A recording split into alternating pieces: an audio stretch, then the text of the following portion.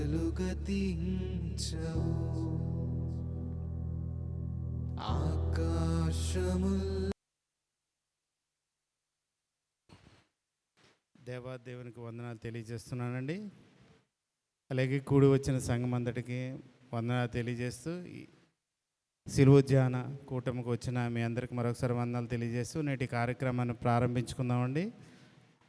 ప్రారంభించుకోవడానికి గాను మన సంఘ ప్రెసిడెంట్ గారైన జి జాన్ ప్రభాకర్ గారిని వేదిక మీదకి రావాల్సిందిగా మనవి చేస్తున్నాను. అలాగే మన సంఘ కాపరి గారైన రెవరెండ్ ఎన్ అనిల్ నాయుడు గారిని కూడా వేదిక మీదకి రావాల్సిందిగా మనవి చేస్తున్నాను. అలాగే ఈ కార్యక్రమాన్ని ప్రారంభించవలసిందిగా మన సంఘ అధ్యక్షులు జాన్ ప్రభాకర్ గారికి అందజేస్తున్నాను.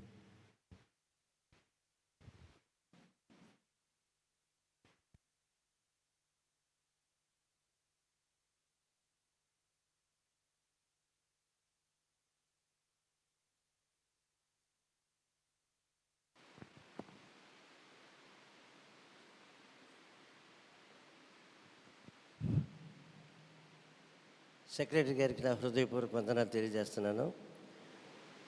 దేవునికి స్తుతులు స్తోత్రాలండి. వేదికను అలంకరించిన సంఘ కాపరి గారికి నా హృదయపూర్వక వందనాలు. కూడి వచ్చిన సంఘానికి నా నిండు వందనాలు తెలియజేస్తున్నాను. మరి శిలువ శ్రమల ధ్యాన కూడికలలో మరి 18వ రోజు మనం ఈరోజు జరుపుకుంటున్నాం. మరి దేవుడిచ్చిన అవకాశాన్ని బట్టి దేవునికి నేను మరి ఒకసారి స్తుతులు చెల్లిస్తున్నాను. మరి ప్రారంభ ప్రార్థన చేయవలసిందిగా ఏర్పాటు చేయబడిన వారు వచ్చి ప్రార్థన చేయవలసిందిగా కోరుతున్నాను.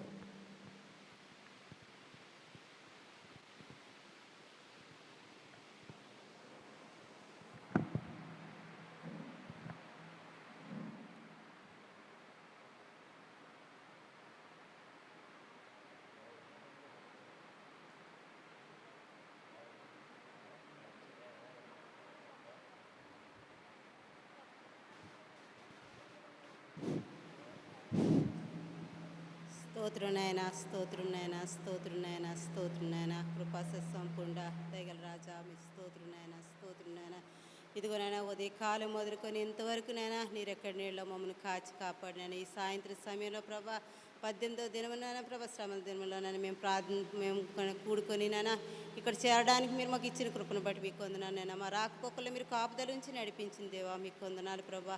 ఇంతవరకునైనా మీరు కృపలో నన్ను నడిపించానైనా ఇదిగోనైనా మేమునైనా మీ యొక్క ప్రార్థనలోనైనా ప్రభానైనా మా పాటల్లోనే ప్రభా మా ఉపదేశంలోనే మీరు తోడునేడుగా ఉండినైనా నీ సిరువు చాటును మరుగుపరిచి నీ సేవకుని ప్రభా మాకు కావలసిన ఆత్మీయ ఆహారం మాకు అందించండి నాయన నీ కృప మమ్మల్ని జ్ఞాపకం చేసుకున్నానా. ఈ ప్రార్థనలోనే ఇదిగో ఈ 3 సంఘాల్లో ప్రార్థనలు ఎక్కడెక్కడ జరుగుతున్నాయి ప్రతి ఒక్క ప్రార్థనలో మీరు ఉండండి నాయన. ప్రతి ఒక్క ప్రార్థన నీ యొక్క ఆరాధన తండ్రి ఆత్మతోనూ సత్యంతోనూ జరగడానికి కృపను దయచేయండి నాయన. రావాల్సిన బిడ్డను సకాలంలో తోడుకుని రండి. వారు రాకపోకల్లో మీరు తోడుగా ఉండండి అని నీ కృప హస్తం మా మీద ఉంచండి నాయన.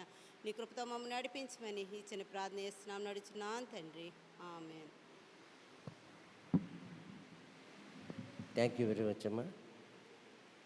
మనమందరం కలిసి ఆంధ్ర క్రైస్తవ కీర్తనల నుంచి 294వ పాట పాడుకుందామండి. ప్రబలముగానే ప్రస్తుతించదా అనే రాగంలో పాట ఇది. 294 అమ్మా.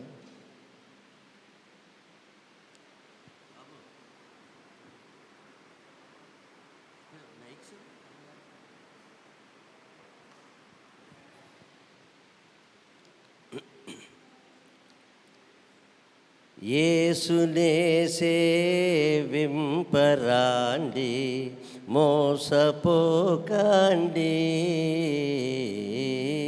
యేసునే సేవింపరాండి మోసపోకండి. దోషములను బాపు నుండి దోషములను బాపు నుండి దొడ్డ ప్రభువండి. ప్రభు యేసునే సేవింపరాండి మోసపోకండి. దేవుడితడే సుమండి దిగులు పడకండి, దేవుడితడే సుమండి దిగులు పడకండి, చావు నుండి లేచనండి, చావు నుండి లేచనండి, జీవమితడండి. యేసునేసే వింపరండి, మోసపోకండి, పాపులను ప్రేమించెనండి, ప్రాణమిదెనండి, పాపులను ప్రేమించెనండి, ప్రాణమిదెనండి. దాపు చేరి వేడరండి, దాపు చేరి వేడరండి, దయామయుడండి, యేసునే సేవింపరండి, మోసపోకండి. నరక బాధ నొందెనండి, నరుల కొరకండి, నరక బాధ నొందెనండి, నరుల కొరకండి, దురితములను బాపునండి, దురితములను బాపునండి, దుఃఖపడకండి, ప్రభు యేసునే సేవింపరండి, మోసపోకండి.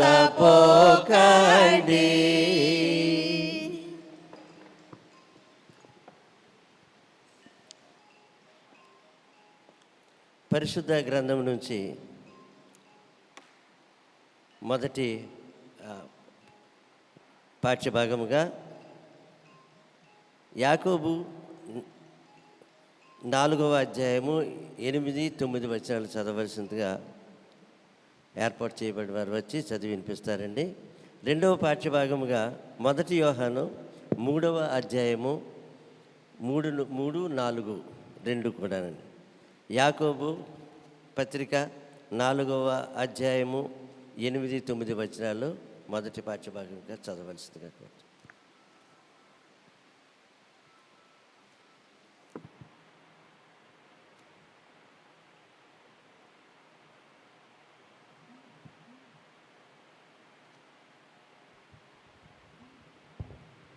అందరికీ ప్రైజ్ లార్డ్ అండి. లెంట దినం కొరకై ఏర్పాటు చేయబడిన దైవజనులచే ఏర్పాటు చేయబడిన వాక్య భాగము యాకోబు రాసిన మొదటి పత్రిక 4వ అధ్యాయం 8-9 వరకు చదువుకుందాం.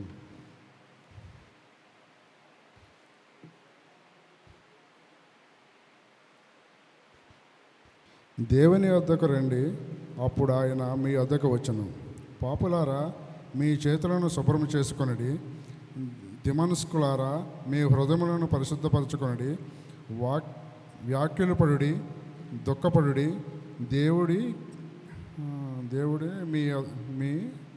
దేవుడిని మీ నవ్వు దుఃఖమును, మీ ఆనందమును చింతకును మార్చుకొనిడి. ఈ చిన్న వాక్యం దీవించిన గాక.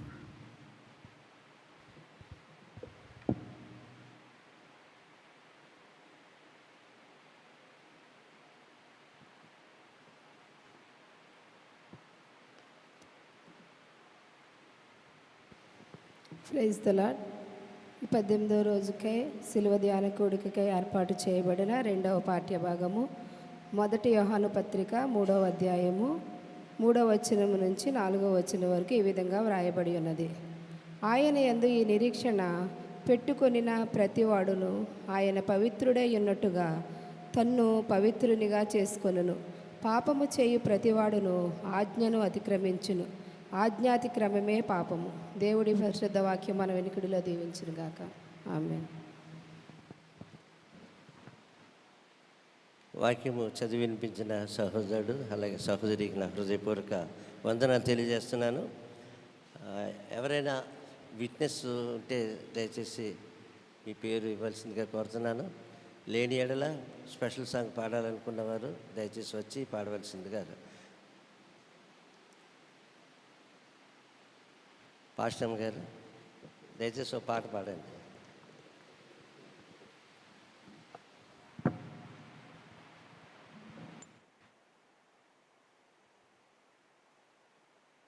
అందరికి ప్రేస్ రాడు. ఆఘోర సిలువా ఈ పాపి కొరకై ప్రభువా నాకై పరియించినావా. ఆఘోర సిలువా ఈ పాపి కొరకై ప్రభువా నాకై భరించినావా. నా పాప ఫలితం నీ ప్రాణత్యాగం, నా పాప ఫలితం నీ ప్రాణత్యాగం. నిలిచాను నీదు కృపలన్నీ మదిదలచి ఆఘోర సిలువా ఈ పాపి కొరకై ప్రభువా నాకై భరించినావా. కలుషాల వశమై నీ నలసినాను,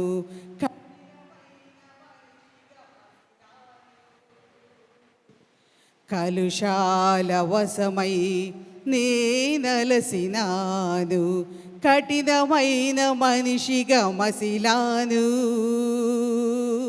కలుషాలు బాపవా ప్రభో, కలుషాలు బాపవా ప్రభో. కరుణించి స్వీకరించు దయగలనా ప్రియ ప్రభువా. ఆఘోర సిలువా ఈ పాపి కొరకై ప్రభువా నాకై భరించినావా. కోరావు నాలో అదనపు క్రైస్తవ్యం, లోతైన అర్పణ కావాలని. అవునాలో అదనపు క్రైస్తవ్యం, లోతైన అర్పణ కావాలని. ఆశీర్వదించవా ప్రభో, ఆశీర్వదించవా ప్రభో. కరుణించి స్వీకరించు దయగలనా ప్రియ ప్రభువా. ఆఘోర సిలువా ఈ పాపి కొరకై ప్రభువా నాకై భరించినావా. నా పాప ఫలితం నీ ప్రాణత్యాగం, నిలిచాను నీదు కృపలన్నీ మదిదలచి ఆఘోర సిలువా ఈ పాపి కొరకై ప్రభువా నాకై భరించినావా. హల్లెలూయా.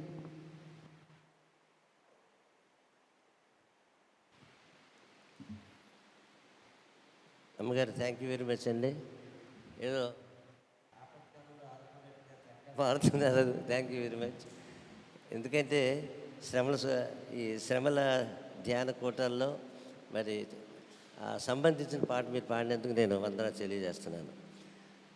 తర్వాత ప్రభునందు ప్రియులరా, ఈవేళ 2:30-3 గంటలకు మా సెక్రటరీ గారు వచ్చి ఇవన్నీ చెక్ చేశారు. మైక్ సౌండ్ సిస్టమ్ చాలా బాగుంది, ప్రత్యేకమైన వందనాలు ఆయనకు తెలియజేస్తాను. ఇప్పుడే 6:15కి వెళ్ళారు ఇంటికి, వెళ్ళి మళ్ళీ ఇప్పుడు వచ్చారు, చాలా వేగంగా వచ్చారు.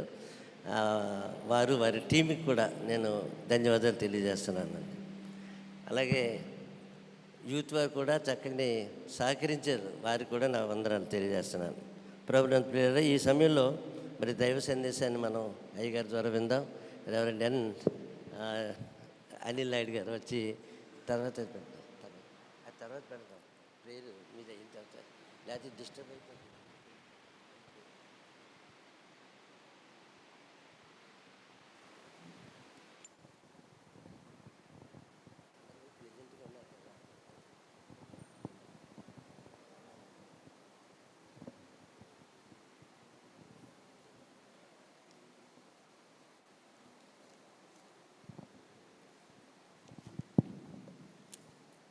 దేవుని నామానికి మహిమ కలుగునుగాక. చేరి వచ్చిన మీ అందరికి కూడా ప్రభు అయిన యేసుక్రీస్తు వారి నామంలో వందనాలు తెలియజేస్తూ ఉన్నాను. కార్యక్రమాన్ని నడిపిస్తున్నటువంటి మన యొక్క సంఘ అధ్యక్షులు జాన్ ప్రభాకర్ గారికి ప్రత్యేకమైన వందనాలు తెలియజేస్తూ ఉన్నాను. చిన్న ప్రార్థన చేసుకుందాం. పరిశుద్ధుడా, ప్రేమ కలిగిన తండ్రి, నీకు వందనాలు చెల్లిస్తూ ఉన్నాము నాయనా.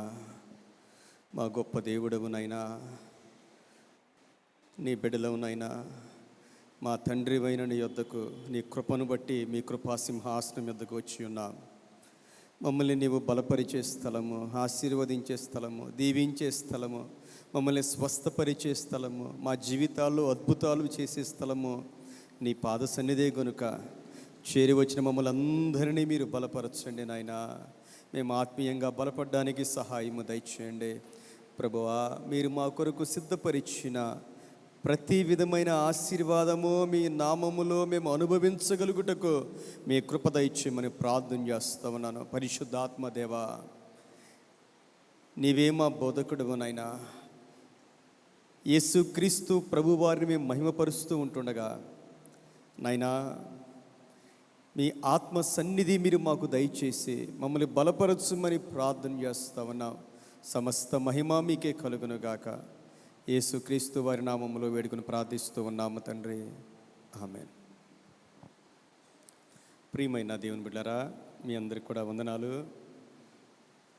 మరి ఎంతో భక్తి శ్రద్ధలతో చాలా దూర ప్రాంతాల నుంచి వచ్చిన మిమ్మల్ని అందరినీ కూడా దేవాది దేవుడు దీవించాలని దేవుని సేవకునిగా కోరుకుంటూ ఉన్నాను. మరి ఈ యొక్క లెండేస్లో మీరు కూడా పాట పాడడమో, ఒక సాక్ష్యం చెప్పడమో, మీరు కూడా పాల్గొంటే బాగుంటుంది అని సేవకుడిగా నేను ఆశిస్తూ ఉన్నాను. దేవుణ్ణి మహిమపరిచే అవకాశం మనం వచ్చినప్పుడు మనం దాన్ని సద్వినియోగపరుచుకుంటే మనకు బహు ఆశీర్వాదం.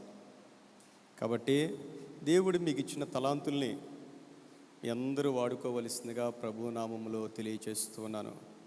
యాకోబు పత్రిక 4వ అధ్యాయంలో, యాకోబు పత్రిక 4వ అధ్యాయము 8వ వచనాన్ని చదువుదాం. దేవుని యొద్దకు రండి, అప్పుడు ఆయన మీ యొద్దకు వచ్చును. పాపులారా, మీ చేతులను శుభ్రము చేసుకునుడి, ద్విమనస్కులారా మీ హృదయములను పరిశుద్ధపరచుకునుడి. చూడండి, అసలు బైబిల్ గ్రంథంలో ఇది ఒక అద్భుతమైన వాగ్దానం. ఇది దేవుణ్ణి మన దగ్గరకు రప్పించే, ఈ భూమిని ఆకాశాన్ని కలుగజేసిన దేవుణ్ణి మన దగ్గరకు రప్పించగలిగిన కృపను దేవుడు మనకిచ్చాడు. మనం ఏం చేయాలంట? దేవుని యొద్దకు రండి. మనం దేవుని యొద్దకు రావాలి. దేవాది దేవుని యొద్దకు గనక మనం హృదయపూర్వకంగా వస్తే ఆయన మన దగ్గరకు వస్తాడంటాడు. దేవుడు మన దగ్గరికి వస్తే ఈ లోకంలో మిగిలిన వారు మన దగ్గరికి వచ్చినా రాకపోయినా పర్వాలేదు. అసలు ఎవరు మన తోడు ఉన్నా తోడు లేకపోయినా పర్వాలేదు. దేవుడు మన దగ్గరకు రావాలంట. ఎంత గొప్ప వాగ్దానం ఇది! దేవుని యొద్దకు రండి.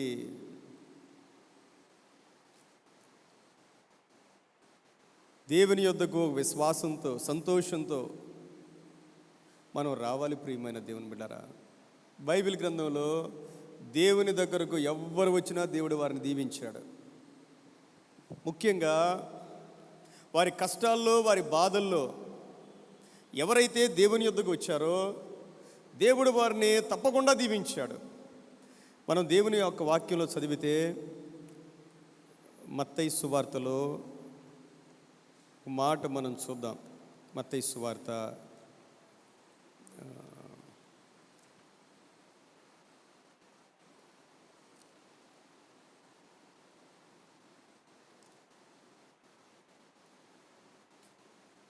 15వ అధ్యాయము 29వ వచనాన్ని చదువుదాం. అందరూ బైబిల్ గ్రంథం చూడండి ఒకసారి. యేసు అక్కడ నుండి వెళ్ళి గలిలయ సముద్ర తీరమునకు వచ్చి కొండెక్కి అక్కడ కూర్చుండగా బహుజన సమూహములు ఆయన యొద్దకు కుంటివారు, గ్రుడ్డివారు, మూగవారు, అంగహీనులు మొదలైన అనేకులను తీసుకుని వచ్చి ఆయన పాదముల యొద్ద పడవేసిరి. ఆయన వారిని స్వస్థపరిచెను. ఈ మాట మనం చదివితే మామూలుగానే ఉంటుంది. మళ్ళీ ఒకసారి మీరు చదవండి. మీరు ఒకసారి మీ మనస్సు పెట్టి ఈ వాక్యాన్ని మీరు చదవండి ఒకసారి. యేసు ప్రభు వారు ఎక్కడున్నారు? ఏమ్మా ఎక్కడున్నారు ఆయన? గలిలయ సముద్ర తీరమున. ఇంకా ఎక్కడున్నారు ఆయన? కొండ మీద ఉన్నారు. ఇశ్రాయేలు దేశంలో కొండలు ఎంత ఎత్తు ఉంటాయి? మీరే ఎవరైనా చూస్తుంటే బహుధన్యులు. చాలా ఎత్తుగా ఉంటాయి. యేసు ప్రభు వారు కొండ మీద ఉన్నారు. ఇప్పుడు ఆ కొండ మీదకి ఎవరు వచ్చారు? ఇప్పుడు మళ్ళీ ఒకసారి చదవండి. కొండ మీదకి ఎవరు వచ్చారు? 30వ వచనంలో ఆయన యొద్దకు కుంటివారు ఎక్కడికి వచ్చారంట? మీరు ఆలోచన చేయండి. కుంటివారు కొండ ఎక్కడ వెంట అసలు? దేవుని దగ్గర ఎవరు ఆశీర్వాదం పొందుకుంటారంటే, అయ్యో నాకు కష్టమండి, వర్షంగా ఉంది రాలేను, ఎండగా ఉంది రాలేను, నీరసంగా ఉంది రాలేను, దూరంగా ఉంది రాలేను. మన కంఫర్ట్స్లో మనం వచ్చినప్పుడు మనకు ఆశీర్వాదం ఉండదు. మీరు బైబిల్ గ్రంథంలో మీరు ఏ అద్భుతమైన ఏ స్వస్థత అయినా మీరు చూడండి, అక్కడ ఏదో ఆ మనిషి త్యాగం, ఆ మనిషి యొక్క ప్రయత్నం.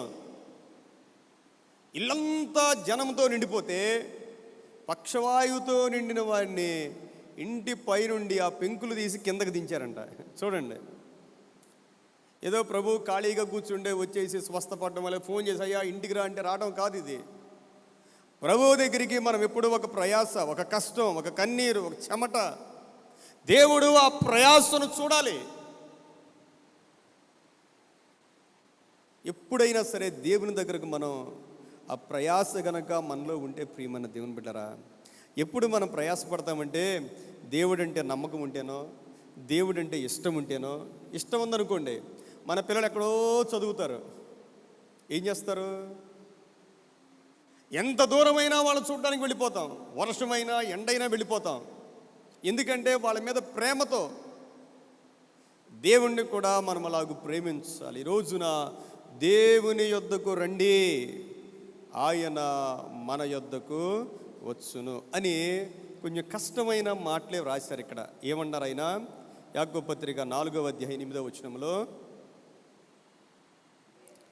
దేవుని యొద్దకు రండి, అప్పుడు ఆయన మీ యొద్దకు వచ్చును. పాపులారా, మీ చేతులను శుభ్రము చేసుకునుడి.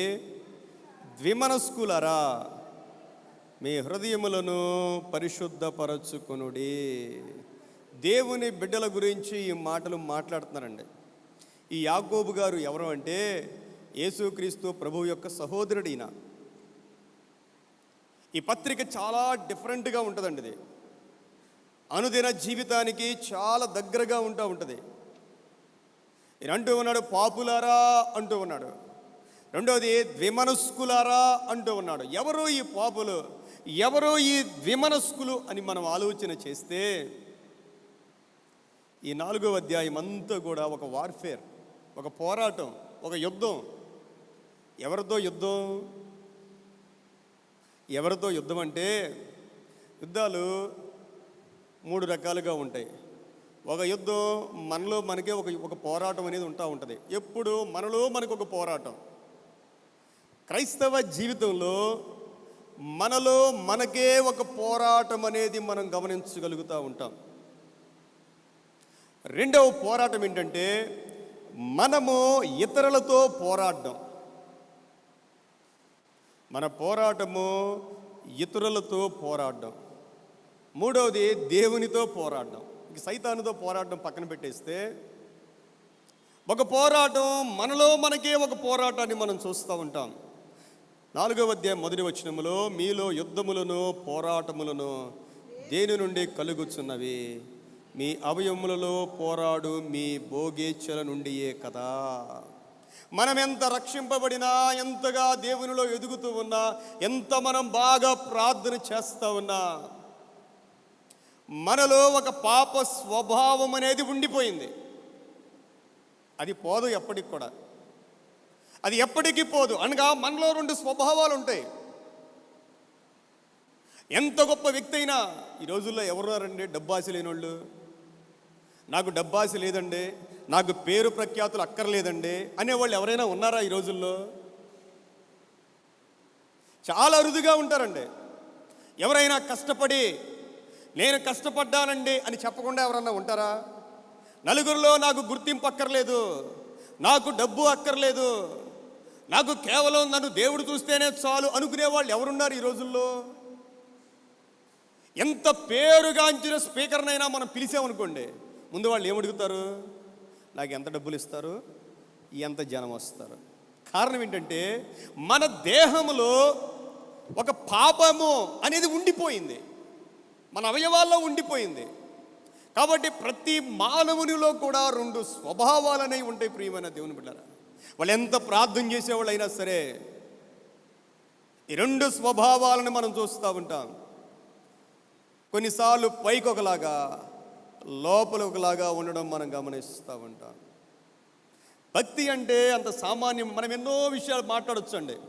ఉదాహరణకి ఒక గొప్ప అధికారి వచ్చాడు అనుకోండి, మీకు తెలిసిన ఆయనే వచ్చాడు, ఏం చేస్తాం వెంటనే చెప్పండి? మీకు తెలిసిన ఒక అధికారి వచ్చారు, అందరినీ మనం మర్చిపోయి ఏం చేస్తాం? మనం సార్ రండి రండి రండి అని ప్రత్యేకమైన స్టేజ్ కుర్చీలో కూర్చోబెడతాం. కానీ యాకోబు పత్రిక ఏం చెప్తుందంటే, అసలు మీరు ఎవరినైనా గొప్ప చేస్తే, ఒకళ్ళకన్నా ఒకళ్ళని గొప్ప చేస్తే, డబ్బున్న వాళ్ళని గొప్ప చేస్తే అసలు మీరు దేవుని బిడ్డలే కాదంటాడు ఆయన. ఇంకేం అక్కర్లేదండి, నువ్వు ఎంత ప్రార్థన చేస్తున్నావు అనవసరం. ఒక మనిషి కంటే ఇంకొక మనిషికి ప్రాధాన్యత ఇచ్చాము అంటే ఎందుకు ఇస్తాం? మనం ఆయన నుంచి మనం ఏదో ఆశించి మనం వెళ్ళినప్పుడు మనం పని చేయొచ్చు, లేకపోతే ఆయన వస్తే మనం ఏదో గొప్పగా అందరి ముందు కనపడవచ్చు. కాబట్టి ప్రతి మానవునిలో కూడా 2 స్వభావాల్ని మనం గమనిస్తూ ఉంటాం.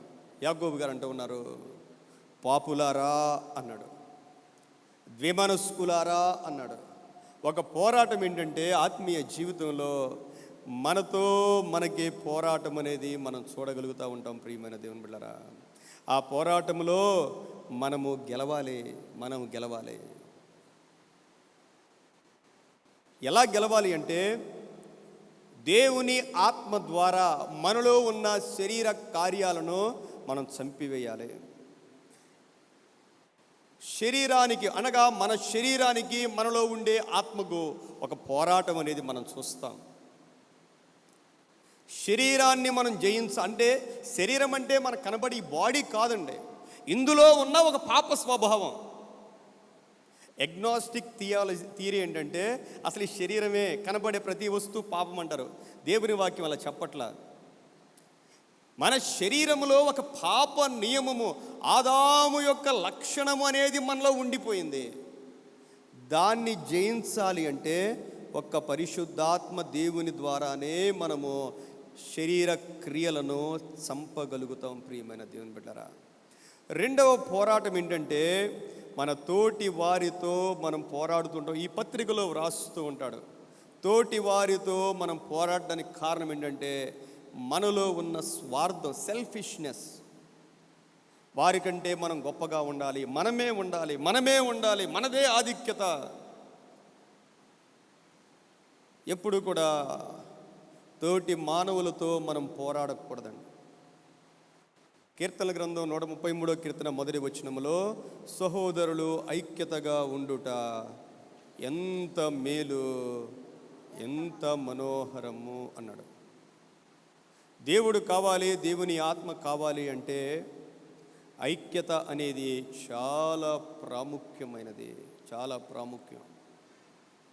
ఐక్యత లేకపోతే, ఐక్యత అనేది హృదయ అంతరంగంలో నుండి ఐక్యత ఉండాలి. దేవుడు చూస్తాడండి.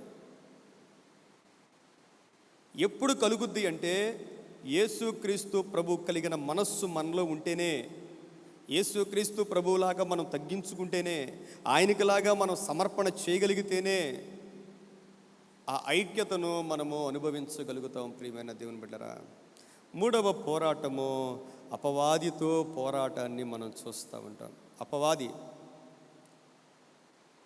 అపవాదితో పోరాటం ఇక్కడే ఉంది. దేవునికి లోబడి ఉన్నడి అపవాదిని ఎదిరించుడి. అపవాదిని మనం ఎలా ఎదిరించాలో ఇక్కడ వ్రాయబడింది. ఎలాగంటే యేసుక్రీస్తు ప్రభువులాగా మనము తగ్గించుకొని ఉంటే, ఆయనకులాగా మనం హంబుల్గా ఉంటే అపవాదిని ఈజీగా జయించగలుగుతాం. మనం ఈ అధ్యాయంలో వ్రాయబడిన 4వ వచనములో అయితే ఎలాగున ఈ లోకాన్ని జయించాలో ఇక్కడ వ్రాయబడింది. 4వ వచనం, వ్యభిచారులారా ఈ లోక స్నేహము దేవునితో వైరమని. ఒకటేమో దేవునితో వైరము.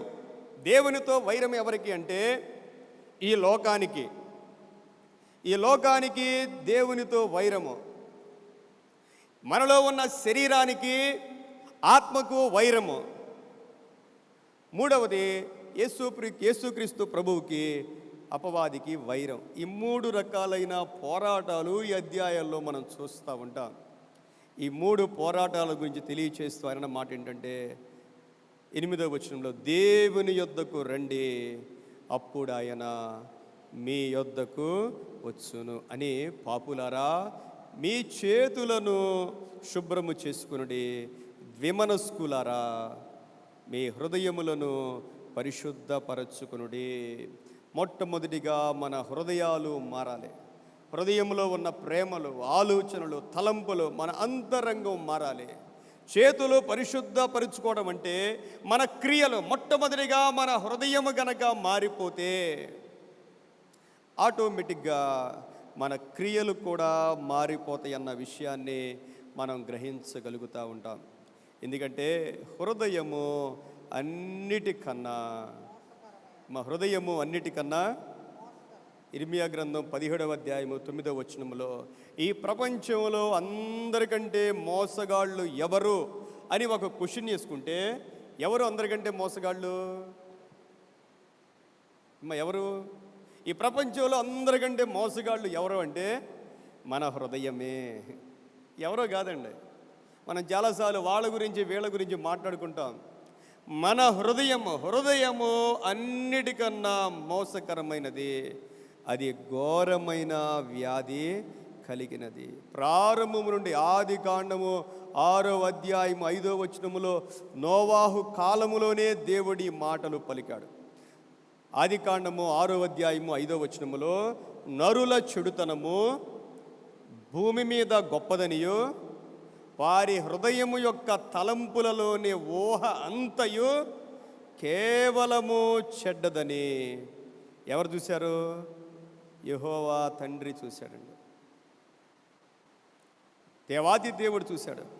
నరుల చెడుతనము భూమి మీద గొప్పది, వారి హృదయం యొక్క తలంపులలోని ఊహ అంతా కూడా కేవలము చెడ్డది.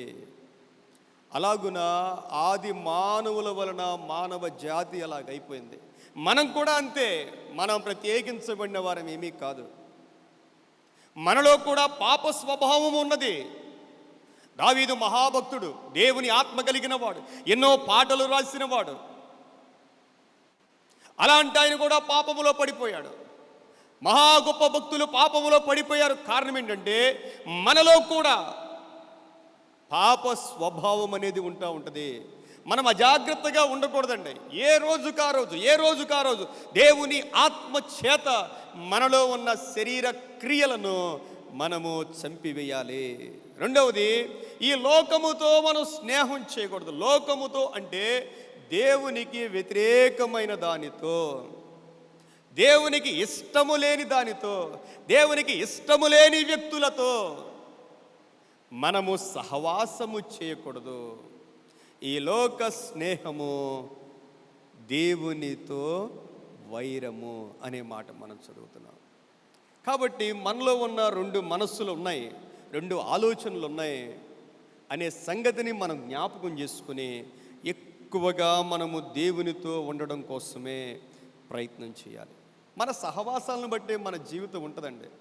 దుష్ట సాంగత్యము, చెప్పండి, దుష్ట సాంగత్యము మంచి నడవడిని మనం ఎవరితో సహవాసం చేస్తామో? ప్రార్థనా పరులతో సహవాసం చేస్తున్నామా? దేవునితో సహవాసం చేస్తా ఉన్నామా? లేకపోతే దేవునికి దూరమైన వ్యక్తులతో సహవాసం చేస్తున్నామా? ఎవరైనా మీ స్నేహితులు రండి ప్రార్థన చేసుకుందాం అని చెప్పేవాళ్ళు ఎవరు ఉన్నారా మీకు?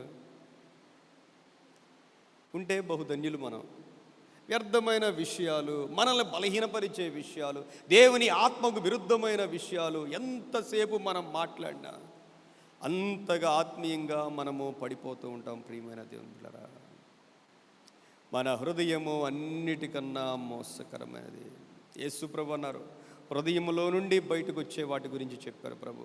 ఒక మనిషి హృదయంలో నుండి బయటికి ఏమొస్తాయో మత్తయి సువార్త 15వ అధ్యాయంలో ప్రభువు చెప్పారండి.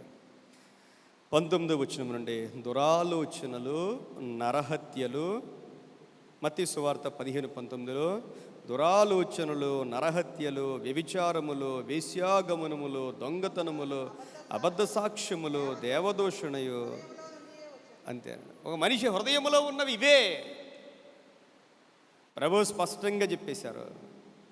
నరహత్యలు, ఎవరి గురించైనా మనం చెడుగా మాట్లాడి వారిని బలహీనపరుస్తున్నాం. ఇవి మన హృదయంలో ఉన్నాయి. వీటిని ఏం చేయాలంటే దేవుని సహాయము ద్వారా మనము తొలగించుకోవాలి దినదినము. అందుకే సామెతల గ్రంథం 4:23 వచనంలో, సామెతల గ్రంథం 4వ అధ్యాయము 23వ వచనాన్ని మనం చదివితే, నీ హృదయములో నుండి జీవధారలు ప్రవహించును గనుక అన్నిటికంటే ముఖ్యముగా నీ హృదయమును భద్రముగా కాపాడుకొనుము అన్నాడు. ఈ లోకములో 2 మనస్సులు కలిగిన వారే గొప్పగా ఉంటారు. మీరు గుర్తుపెట్టుకోండి. ఈ లోకంలో మందిరములో ఒక పేరు, బయట ఇంకో పేరు.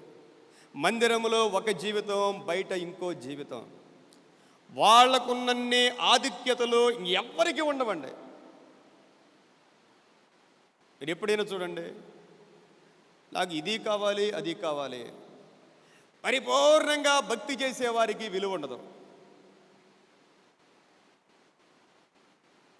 బైబిల్ గ్రంథంలో, ప్రకటన గ్రంథంలో 7 సంఘాలు ఉన్నాయి. అందులో 7వ సంఘం పేరేంటి?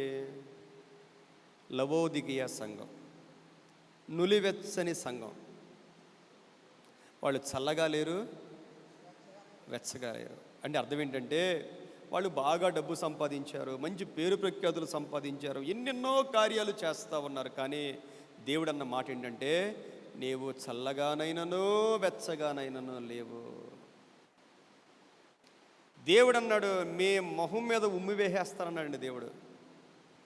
వాస్తవానికి వాళ్ళు ఈ లోకములో ఎంతో గొప్పవాళ్ళు. 2 రకాలైన జీవితాలు కలిగిన వారు ప్రజల దృష్టిలో చాలా గొప్పగా ఉంటారు. ప్రియమైన దేవుని బిడ్డలారా, మనకి ఏం కావాలి? ప్రజల దృష్టిలో గొప్ప కావాలా?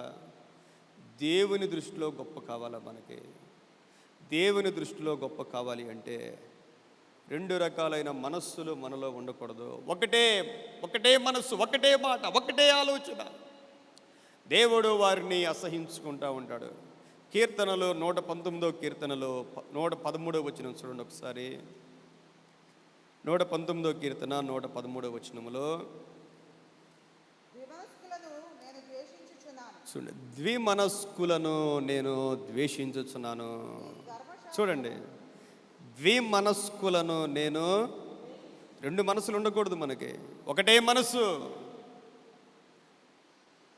దేవుడు చూస్తున్నాడు, మన దేవుడు మన అంతరంగాన్ని చూస్తూ ఉన్నాడు.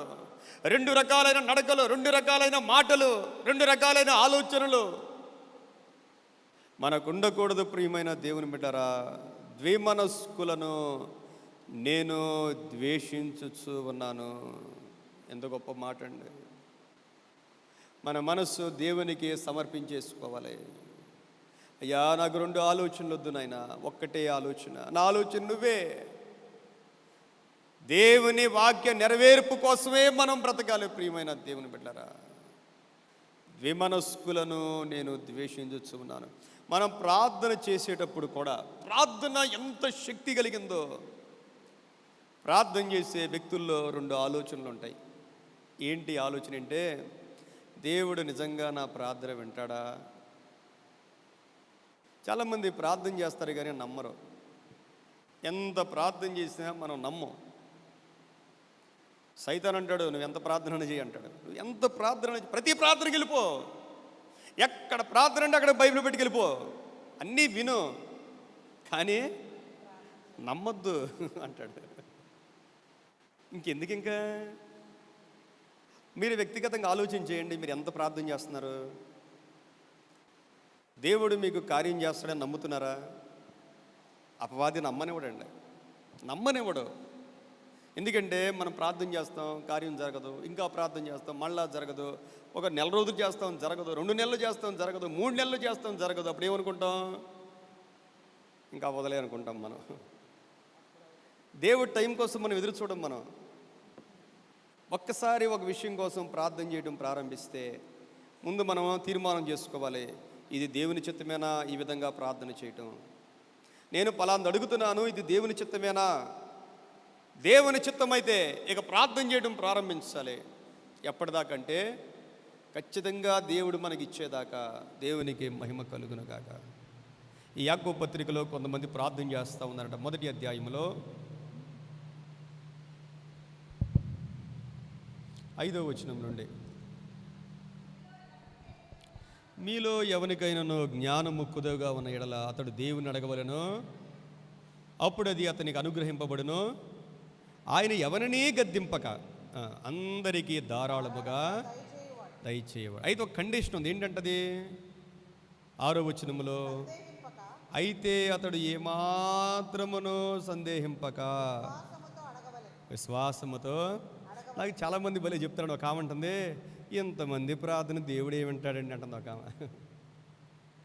ఇంతమంది ప్రార్థన చేస్తారంట, దేవుడు విసిగిపోతాడంట. దేవుడు ఏమన్నాడు? మీరు విసుగక, ఆయనకి విసుగుండదు. ఆయనకి మీరు విసుగక నిత్యము ప్రార్థన చేయండి అన్నాడు ఆయన. ఎలా ప్రార్థన చేయాలంట? విశ్వాసముతో దేవుణ్ణి అడగండి. విశ్వాసం లేకుండా మనం ఎంత ప్రార్థన చేసినా, ఎందుకంటే సందేహించేవాళ్ళు చూడండి, సందేహించువాడు గాలి చేత రేపబడి ఎగిరిపడు సముద్ర తరంగమును. సముద్ర తరంగాలు చాలా ఎత్తుగా లెగుస్తాయండి, ఒక్కసారి అమాంతంగా పడిపోతాయి. అలాంటి భక్తి మనం చేయకూడదు. ఏదో ఉద్రేకంగా పైకి వెళ్ళిపోయి ఒకేసారి కింద పడిపోకూడదు మనం. అట్టి మనుష్యుడు ద్విమనస్కుడై తన సమస్త మార్గముల యందు. చూశాడండి, అట్టి మనుష్యుడు తన సమస్త మార్గముల యందు ద్విమనస్కుడికి అంతే. ద్విమనస్కుడై తన సమస్త మార్గముల యందు అస్థిరుడు. ద్విమనస్కులకి స్థిరముండదు, ఎందులో కూడా వారు స్థిరపడరు. ప్రార్థన చేసే ప్రతి ఒక్కరు కూడా ఒకే ఒక మనస్సు, నా దేవుడు నా ప్రార్థన వింటాడు, నా దేవుడు నన్ను దాటి వెళ్ళడు, ఆయన ప్రేమ కలిగిన దేవుడు ఆయన. అలాగుండాలి ప్రియమైన దేవుని బిడ్డరా. అంటే మన హృదయాన్ని శుద్ధి చేసుకోమని దేవుడు చెప్తున్నాడు. పరిచర్య చేసేవాళ్ళు కూడా, దేవుని పని ఎవ్వరు చేసినా కూడా, పౌలు గారు తిమోతికి వ్రాస్తూ తిమోతి పత్రిక 1వ పత్రిక 3వ అధ్యాయం 8వ వచనములో, పరిచర్య చేసేవాళ్ళు మాన్యులై ఉండాలి, ద్విమనస్కులుగా ఉండకూడదు. 2 మనస్సులు ఉండకూడదు, ఒకటే మనస్సు, ఒకటే గురి. ఒక్కసారి నాగటి మీద చెయ్యి పెట్టిన తరువాత దేవుని కొరకు నమ్మకంగా యథార్థంగా సాగిపోవడమే దేవుడు మనకు నేర్పించాడు. దేవుని బిడ్డలమైన మనలో 2 మనస్సులు ఉండకూడదు ప్రియమైన దేవుని బిడ్డరా. దాన్ని చంపుకోవటం కోసం దేవుని ఆత్మ సహాయమును మనము కోరవలసిన వారమై ఉన్నాం. మీరు జ్ఞాపకం చేసుకోండి, మనం బ్రతికినంత కాలం కూడా ఈ పోరాటం అనేది ఉంటానే ఉంటుంది. మనకి లోకానికి, మనకి అపవాదికి, మనకి మనలో ఉన్న పాపేచ్ఛలకు, ఈ 3 రకాలైన పోరాటాలు మనం బ్రతికినంత కాలం ఉంటాయి. మన గురించి మనం ఎన్ని గొప్పలు చెప్పుకున్నా సరే, మనలో ఈ 3 రకాలైన పోరాటాలు, మనలో ఉన్న మన దేహములో ఉన్న పాపేచ్ఛలతో ఒక పోరాటం అనేది ఖచ్చితంగా ఉంటానే ఉంటుంది. రెండోది, ఈ లోకముతో మనకి ఎప్పుడూ పోరాటం ఉంటానే ఉంటుంది. దేవునికి వ్యతిరేకమైనది ఈ లోకమునైనను లోకములో ఉన్న వాటినైనను ప్రేమింపకుడి. ఎందుకంటే ఈ లోకములో ఉన్నదంతయో, ఈ లోకంలో ఏముంది? శరీరాశ, నేత్రాశ, అంతే. అంటే చంపుకోవాలంతే. అవి తండ్రి వలన పుట్టినవి కావు. మూడోది, అపవాదితో పోరాటం. నిత్యము పోరాటమే. ఎందుకు రోజు మనం బైబిల్ చదవాలి, ప్రార్థన చేయాలి, మందిరానికి రావాలి అంటే మనలో ఉన్న పాపేచ్ఛలు చంపుకోవడం కోసమే. మనలో ఉన్న లోకాసులన్నీ తీసివేయడం కోసమే. అపవాదితో పోరాడడం కోసమే మన భక్తి ప్రియమైన దేవుని బిడ్డలారా. అంతేకాని మనం ఏదో గొప్ప స్థితికి వెళ్ళిపోయామని ఎన్నడూ కూడా అనుకోకూడదండి. పౌలు గారు అంటారు, వెనుకున్నవన్నీ మరచి ముందున్న వాటి కొరకు వేగిరపడుతూ ఉండంటాడు. అదే భక్తి జీవితం. ఒక జయ జీవితం కలిగి మనందరం కూడా జీవించాలి. దేవుని యొద్దకు రండి. మీరు ఎప్పుడు మందిరానికి వచ్చినా మీరు ఏమనుకోవాలి మనసులో? ఎవరి దగ్గరికి వస్తున్నాం మనం? ఏమ్మా, మీరు మనస్సులో హృదయపూర్వకంగా అనుకొని, దేవా నీ దగ్గరకు వస్తున్నాను నాయనా, నీ దగ్గరకు వస్తున్నాను నేను. ఆ ఆలోచన మనలో ఉన్నప్పుడు సమృద్ధి ఆశీర్వాదంతో మనం తిరిగి వెళతాం. ప్రియమైన దేవుని బిడ్డలారా, దేవుని దగ్గరికి వచ్చామన్నప్పుడు మన ఆలోచన విధానం ఎలా ఉంటుందో తెలుసా అండి? ఇప్పుడు మనకి సీఎం గారు అపాయింట్మెంట్ ఇచ్చారనుకోండి, ఒక్క నిమిషం అపాయింట్మెంట్ ఇచ్చి ఒక గంట సేపు మాట్లాడారనుకోండి, బయటకు వచ్చి మీరు విసిగిపోతారా, గొప్ప చెప్తారా? చెప్పండి, ఏమంటారు? మేము గంట సేపు మాట్లాడామండి. అదే మందిరంలో 10 నిమిషాలు ఆలస్యం అయితే ఏమవుద్ది చెప్పండి? అంటే మనం ఎవరి దగ్గరికి వచ్చాం? మనం మర్చిపోతున్నాం. మనం రియల్గా మనం ఆలోచన చేసుకోవాలి. ప్రియమైన దేవుని బిడ్డరా, దేవుని యొద్దకు వచ్చాం మనం. ఎంతసేపు ఉంటే రైల్వే డ్రైవర్స్ వీళ్ళు ఉంటారు కదండి, ఎంత ఆలస్యం అయితే వాళ్ళకంత బెనిఫిట్లే, వాళ్ళకి బోనస్లు ఉంటాయి, అంతే కదండి. దేవుని సన్నిధి కూడా అంతే. ప్రియమైన దేవుని, మనం దేవుని యొద్దకు వస్తున్నాం. దేవుని యొద్దకు రండి, అప్పుడు ఆయన మీ యొద్దకు. ఇప్పుడు మీ పక్కన ఎవరున్నారు? దేవుడు ఉన్నాడు. కళ్ళు మూసుకుందాం, ప్రార్థన చేద్దాం. ప్రభు ఉన్నాడు. ప్రియమైన దేవుని బిడ్డరా, మన పక్కన ఉన్న దేవుణ్ణి మనం చూడగలగాలి. మనతో ఉన్న దేవుణ్ణి మనం చూడగలగాలి. మన దేవుడు నమ్మదగిన వాడు. మనం వస్తే ఆయనకు తప్పకుండా వస్తాడు. ఆయన మనం ఇంటి దగ్గర ఉంటే రాడు, కానీ ఆయన ఎప్పుడైతే ఆయన దగ్గరికి మనం వచ్చామో, మన మందిరంలో అడుగు పెట్టగానే మనతో పాటు నడుచుకుంటా మన దేవుడు మన పక్కనే ఉన్నాడు. ఆయన అడుగుదాం, దేవా నా హృదయాన్ని శుద్ధి చేయి నాయనా, నా చేతుల్ని శుద్ధి చేయండి నాయనా, ఆత్మీయ పోరాటంలో జయమనివ్వండి నాయనా, నా బలహీనతలన్నీ కొట్టివేయండి నాయనా, నీ పరిశుద్ధ రక్తంలో కడగండి నాయనా, నీ పరిశుద్ధ అగ్గిలో నన్ను కాల్చండి నాయనా, శుద్ధ సువర్ణంగా మార్చండి నాయనా, నాలో ఉన్న మలినాలన్నీ తీసివేయండి నాయనా, నీకు ఇష్టమైన పాత్రగా నన్ను చేయండి నాయనా. పరమ తండ్రి, నీకు వందనాలు చెల్లిస్తూ ఉన్నాము నాయనా. దీవించండి, ఆశీర్వదించండి. చేరిన ప్రతి ఒక్కరిని నాయన పేరు పేరున నీ ఆత్మతో ముద్రించమని ప్రార్థన చేస్తా ఉన్నాం. సమస్త మహిమ మీకు ఆరోపిస్తూ యేసుక్రీస్తు వారి నామంలో వేడుకుని ప్రార్థిస్తూ ఉన్నాను తండ్రి, ఆమేన్.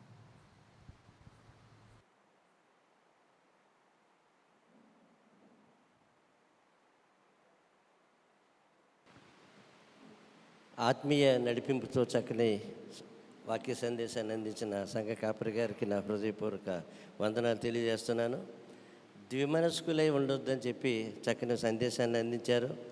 నీ చేతులను హృదయాలను శుభ్రపరచుకొనుట అని మనకు బైబిల్ వాక్యం చెబుతుంది. దేవుని యొద్దకు మనం వెళ్ళినట్లయితే దేవుడు మన యొద్దకు వస్తాడు. ఒక భక్తుడు అంటాడు ఏమనంటే, హృదయమే నీ ఆలయం క్రీస్తు అని. అంటే మన హృదయాలు దేవుని ఆలయంలో మనం మలుచుకున్నప్పుడు మరి మనకి దేవునితో ఉంటే మనకి చివరికి ఏమవుతుందంటే, ఆయన పవిత్రుడు కాబట్టి మనం కూడా పవిత్రులై ఉండాలని మంచి సందేశాన్ని ఇచ్చిన అయ్యగారికి నా హృదయపూర్వక వందనాలు తెలియజేస్తున్నాను. ఈవేళ మరి సాకేతపురం నుంచి సెక్రటరీ గారు యేసు గారు వచ్చారు. చాలా సంతోషకరం మాకు. దయచేసి నిలబడండి ఒకసారి. అంటే సెక్రటరీస్ అందరూ ఒకటే కావాలి, ఎక్కువ సెక్రటరీస్ ఉన్నారు. థ్యాంక్ యూ వెరీ మచ్ అండి. మా సెక్రటరీ గారికి మంచి బలాన్ని ఇచ్చారు. ఎందుకంటే ఆలయంలో చాలా పనులు ఉన్నాయి. మరి వారి యొక్క కనుసన్నలలో ఈ పనులన్నీ జరుగుతున్నాయి. కాబట్టి వారికి నా హృదయపూర్వక వందనాలు తెలియజేస్తున్నాను యేసు గారికి. జనరల్గా మనకి సమయం మనం ఎప్పుడు కూడా మెయిన్ చర్చిలో 10 గంటలు 9:30 గంటలకి ఆరాధన అంటున్నారు. మన నరవ చర్చిలో 10 గంటలు, అంటే హాఫ్ అన్ అవర్. అలాగే ఇక్కడ కూడా 7 గంటలకు అన్నాం, 7:30కి మనం వస్తున్నాం. కాబట్టి అది ఏం పర్వాలేదు, 7:30 అయిపోయింది, మాకు సమయం లేదు, మేము రాలేమని చెప్పేసి దయచేసి మీరు అనుకోవద్దు. రండి మీరు. మిమ్మల్ని బట్టి కొద్దిగా అయ్యగారు ఇంకా ప్రసంగాన్ని పొడిగిస్తారు. వారిని ఆహ్వానిస్తున్నారు. థ్యాంక్ యూ అండి. ఈ సమయంలో మన సెక్రటరీ గారు వచ్చి చిన్న రేపటి దినం రండి.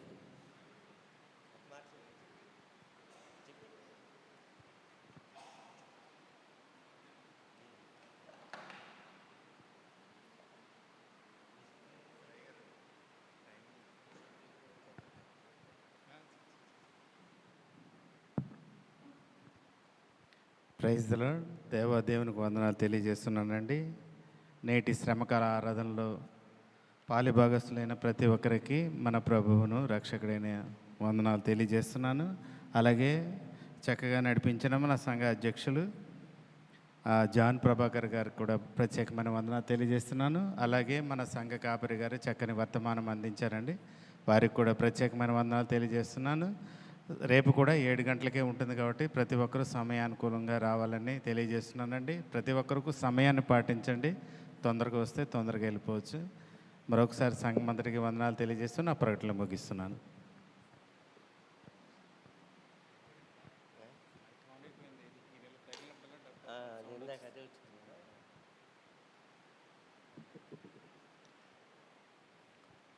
ప్రభునందు ప్రియులారా, ఒక చేదైన విషాదకరమైన వార్త మీకు అందరికీ తెలుసు. ఎందుకంటే ప్రవీణ్ పగడాల్ గారని మీకు అందరికీ ఐడియా ఉంది. ఆయన మంచి క్రైస్తవ జీవితంలో క్రీస్తుని ఆశ్రయించుట కోసం, క్రీస్తు కొరకు చక్కని సువార్థికుడిగా ప్రపంచవ్యాప్తంగా పేరు పొందిన వ్యక్తి ఆయన మరి నిన్నటి దినాన్ని రాజమండ్రిలో యాక్సిడెంట్లో చనిపోయినట్టుగా మరి వార్త ఈవేళ విని ఉన్నాం. చాలా బాధపడ్డాం. ఎందుకంటే రక్షణ టీవీ మీరు ఎప్పుడు చూస్తారు. నేను ఇప్పుడు ఆయన కోసం నేను ఎప్పుడు రక్షణ టీవీ చూస్తుంటాను. అందులో చాలా సెమినార్స్ ఆయన కండక్ట్ చేశారు. సెమినార్స్ చాలా కష్టమైన సబ్జెక్ట్స్ తీసుకొని. అంత మాత్రమే కాదు కానీ మరి ఆయన ప్రశ్నలు జవాబులు మీరు చూసారో లేదో, బైబిల్లో మనకి అర్థం కానివి, ఎవరు సీనియర్స్ కూడా ఎవరు చెప్పలేని మంచి చక్కని అంటే బైబిల్ తాలూకా నిగూఢ రహస్యాల్ని చక్కగా చెప్పగలిగిన వ్యక్తి అయినా. చాలా డిగ్రీలు చేశారు ఆయన. MTH, MDU ఇవన్నీ చాలా డిగ్రీలు చేశారు. యుఎస్ఏలో అంటే ఆయన యుఎస్ఏలో ఒక కంపెనీ కూడా పెట్టుకున్నారు.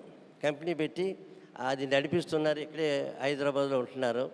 ఒకసారి మొన్న ఇంటర్వ్యూలో ఆయన ఏం చెప్పారంటే, నేను డబ్బు కోసం కాదు, దేవుని సువార్త చేయాలనే భారం దేవుడు నాకు ఇచ్చాడు కాబట్టి దానికోసం నేను సేవ కోసం నేను చేస్తాను, డబ్బుల కోసం కాదని ఒక చక్కని స్టేట్మెంట్ ఆయన ఇచ్చారు. కాబట్టి మంచి సేవకుడు ఈవేళ పోవడం ప్రపంచం ఇంచుమించుగా మన ఆంధ్రప్రదేశే కాదు, ఇరు రాష్ట్రాలు కూడా చాలా బాధపడే రోజు నిజంగా ఈవేళ. ఎందుకంటే ఇప్పుడు హైందవుల్ని ధీటుగా ఎదుర్కొనగలిగే వ్యక్తి. వాళ్ళు ఏమన్నారంటే ఇతిహాసాలు ఉన్నాయి, అంటే ఎపిక్స్, రామాయణం, మహాభారతం ఇవన్నీ క్షుణ్ణంగా చదివాడు ఆయన. చదివిందే కాకుండా అందులో ఉన్న మర్మాలు కొన్ని ఏంటంటే రామాయణం, మహాభారతంలో ఉన్నవి శ్లోకాల రూపంలో ఆయన చెప్పి ఇదంతా తప్పు, అది ఏదో మరి కాపీ కొట్టింది అని చెప్పి చక్కగా నిజంగా నిలబడగలిగే ఒక క్రైస్తవ సైనికుడు దేవుని కోసం. అటువంటి ఎందుకు ఇప్పుడు చాలామంది పాస్టర్లు ఏమంటున్నారంటే, ఆయన చనిపోయాడండి, సువార్త సేవ చేయడం చాలా కష్టం అని చెప్పేసి. కోర్టు విషయాల్లో వచ్చినా ఆయన నిలబడేవాడు. ఇంకోటి ఏంటంటే, he knows every language. He's a prolific in all languages. అంటే అన్ని భాషలు, ఈవెన్ హిబ్రూ, గ్రీకు కూడా ఆయన పఠించాడు. ఆయన ఆ భాషలో కూడా బైబిల్స్ చదివి అందులో ఉన్న మర్మాలను చెప్పడం ఆయనకి మామూలు అలపాటిగా చక్కగా చెప్పగలిగే వ్యక్తి. అటువంటి వ్యక్తి ఈ మధ్యని మన మధ్యన లేకపోవడం చాలా బాధాకరమైన విషయం.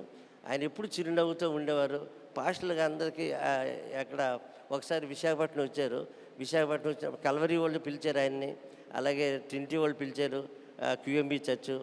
ఇది కాకుండా మా చెల్లి వాళ్ళు ఏం చేశారంటే వాళ్ళు ఏజెన్సీ ఏరియాని తీసుకెళ్ళిపోయి ఆయన ద్వారా 3 రోజులు మెసేజ్ ఇప్పించగలిగారు. మంచి సేవకుడు. కాబట్టి ఆయన గురించి మరి మనం ఇంకా చెప్పుకుంటే చాలా విషయాలు ఉన్నాయి. అది చాలామంది ఏమంటున్నారంటే అది తనకు తానుగా చనిపోయింది కాదు, యాక్సిడెంట్ కాదు, అది చంపబడ్డాడు అనే ఒక ఇది ఈ మధ్యని యూట్యూబ్లో ఇప్పటి వరకు వస్తున్నాయి. ఇంకాను కానీ రేపటి వరకు మనకి ఇంకా ఏం తెలీదు. ఆ కుటుంబం కూడా అంత ఇంకా ఆయన నేను అనుకోవడం 55 years కూడా కాదు ఆయనది. చాలా చిన్న వయసులో చనిపోయారు. అటువంటి వారిని మరి మనం ఇప్పుడు మనం జ్ఞాపకం చేసుకుంటున్నాం. కాబట్టి దేవుడు మరి ఎందుకు మంచి చక్కని వ్యక్తిని, ఎందుకంటే ఆయన ఎడ్వర్డ్ విలియమ్స్ గారు, ప్రవీణ్ పగడాల, అలాగే గంటెల ప్రకాష్ గారు, అలా ఇంకా కొంతమంది ఉన్నారు, విజయ్ కుమార్ గారు, హనీ జాన్సన్ గారు, ఇలా చాలామంది ధైర్యంతో ఎదుర్కొన్నారు. 2 అయితే జైల్స్కి వెళ్ళారు. మీరు ఎలాగా క్రిస్టియానిటీ గురించి ఎలా చెప్తున్నారు, ఇది పద్ధతి కాదని జైల్లో వాళ్ళని జైలు వేయడం కూడా జరిగింది. బయటకు వచ్చారు. సువార్త సేవ చేయడం తప్పు కాదని ఈయన గట్టిగా వాదించి కోర్టులో గెలిచి అవి మనకందరికీ చెప్పడం జరిగింది. అటువంటి వ్యక్తి గురించి మనం ఇప్పుడు జ్ఞాపకం చేసుకుంటున్నాం. చాలా నిజంగా రియల్గా బాధపడ్డ రోజు. నేను మాత్రం చాలా బాధపడుతున్నాను. దయచేసి మనందరం ఒక 2 నిమిషాలు నిలబడ్డట్టయితే మౌనం పాటించి సంఘ కాపరి గారి యొక్క ప్రార్థన చేస్తారండి.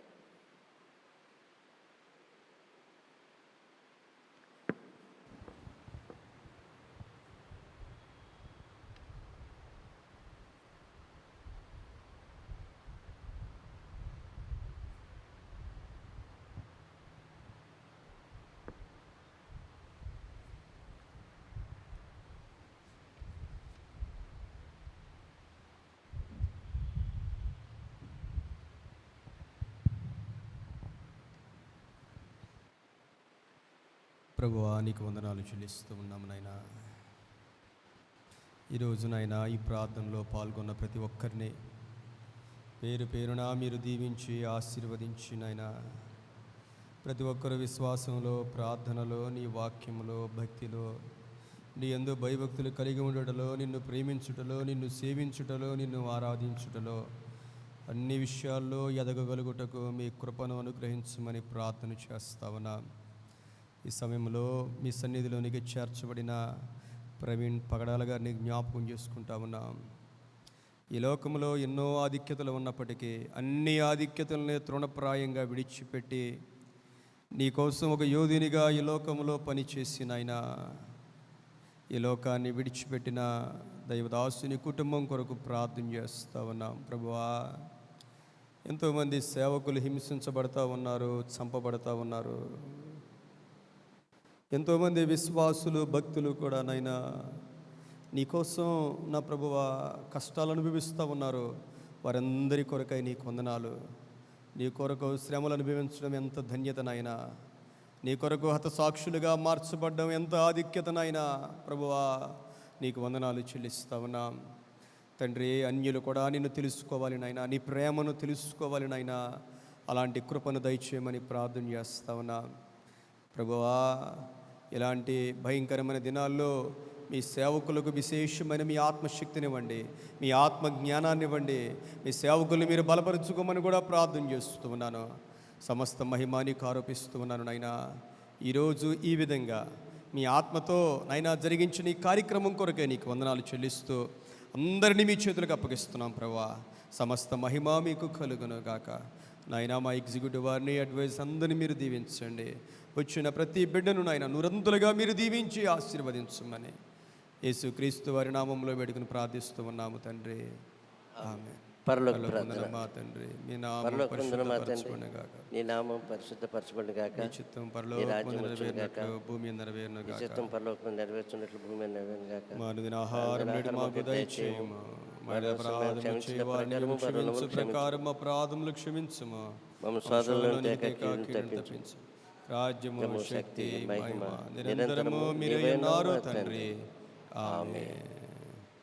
పరమ తండ్రి అయిన దేవాది దేవుని యొక్క ప్రేమ, మన ప్రభువును రక్షకుడైన యేసుక్రీస్తు ప్రభు వారి కృప, పరిశుద్ధాత్మదేవుని అన్యోన్య సహవాసము చేరి వచ్చిన మనందరికీ ప్రవీణ్ పగడాల గారు విడిచిన కుటుంబానికి, ఆ సేవకు కూడా తోడుగా ఉండి దీవించి ఆశీర్వదించునుగాక. ఆమేన్. నీ రక్తధారలే ఇలా పాపికాశ్రాయ మేచును. నీ రక్తధారలే ఇలా పాపికాశ్రాయ మేచును. పరిశుద్ధ తండ్రి పాపిని కడిగి